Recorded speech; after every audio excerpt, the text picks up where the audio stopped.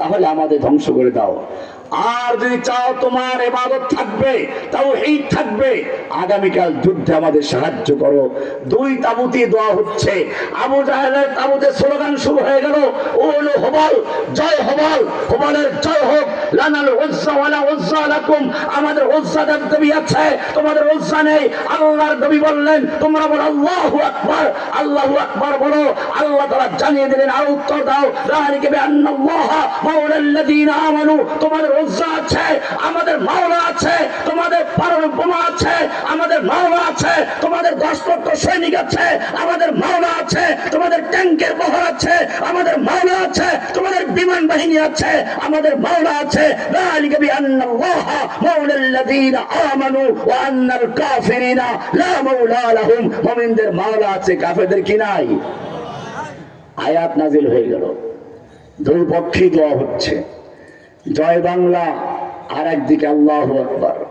জয় বাংলা দিয়ে আল্লাহু আকবারকে ধ্বংস করার চেষ্টা হয়েছিল, কিন্তু তারা জানে না আল্লাহু আকবার যখন মুয়াজ্জিন বলে হাদিসে বলা হয়েছে, তার ডানে বামে পৃথিবীর এক প্রান্ত থেকে আরেক প্রান্ত পর্যন্ত গাছগাছালি পশু পক্ষী সবকিছু তার সঙ্গে আল্লাহু আকবার ধ্বনি তুলে আসমান পর্যন্ত সেই ধ্বনি চলে যায়। যারা আল্লাহু আকবারকে বরদাস্ত করতে পারে না, শয়তান পালাতে থাকে। এমনকি হাদিসে বলা হয়েছে, ওয়ালাহু গুরাতুন, বায়ু ত্যাগ করতে করতে চলে যায়, বায়ু ত্যাগ করতে চলতে থাকে, শেষ পর্যন্ত শয়তানের পেটে ঢুকে।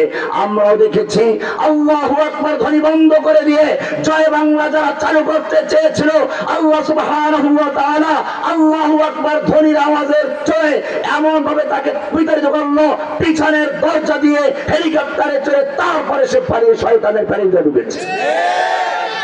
এটাই হচ্ছে যুগে যুগে আল্লাহ বলেছেন, যালিকা বিআন্নাল্লাহা মাওলাল্লাযীনা আমানু ওয়া আন্নাল কাফিরিনা লা মাওলা লাহুম। মুমিনদের মাওলা আছে, আর ওদের কাফেরদের কোনো মাওলা নেই।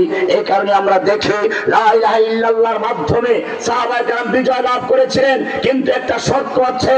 আল্লাহ সুবহানাহু ওয়া তাআলা বিজয় দেওয়ার আগে পরীক্ষা করেন তোমার লা ইলাহা ঠিক আছে কিনা।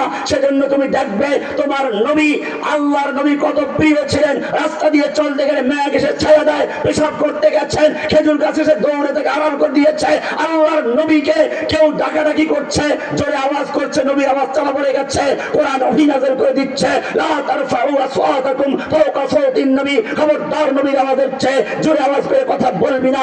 এমনটা যদি করিস, আনতা হাবাতা আমালুকুম ওয়া আনতুম লা তাশউরুন। তোদের জীবনের যত নামাজ, রোজা, হজ, যাকাত, তাসবিহ, তাহলিল, জিহাদ, কিতাব সব বরবাদ হয়ে যাবে, টের পাবি না। কি গুরুত্বপূর্ণ বিষয়, আল্লাহর নবীকে নাম ধরে ডেকেছে।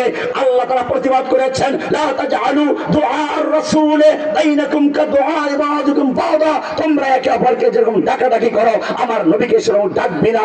আরো সামনে চলো, নবীর উপরে ওহী নাযিল হচ্ছে, নবী কোরআন মুখস্থ করার জন্য ঠোঁট নাড়াচাড়া করছেন, আসমান থেকে ওহী নাযিল হয়ে গেছে, লা তুহাররিক বিহি লিসানাকা লিতাজরা বি। হে নবী, কোরআনকে দ্রুত মুখস্থ করার জন্য ঠোঁট নাড়াচাড়া করে কষ্ট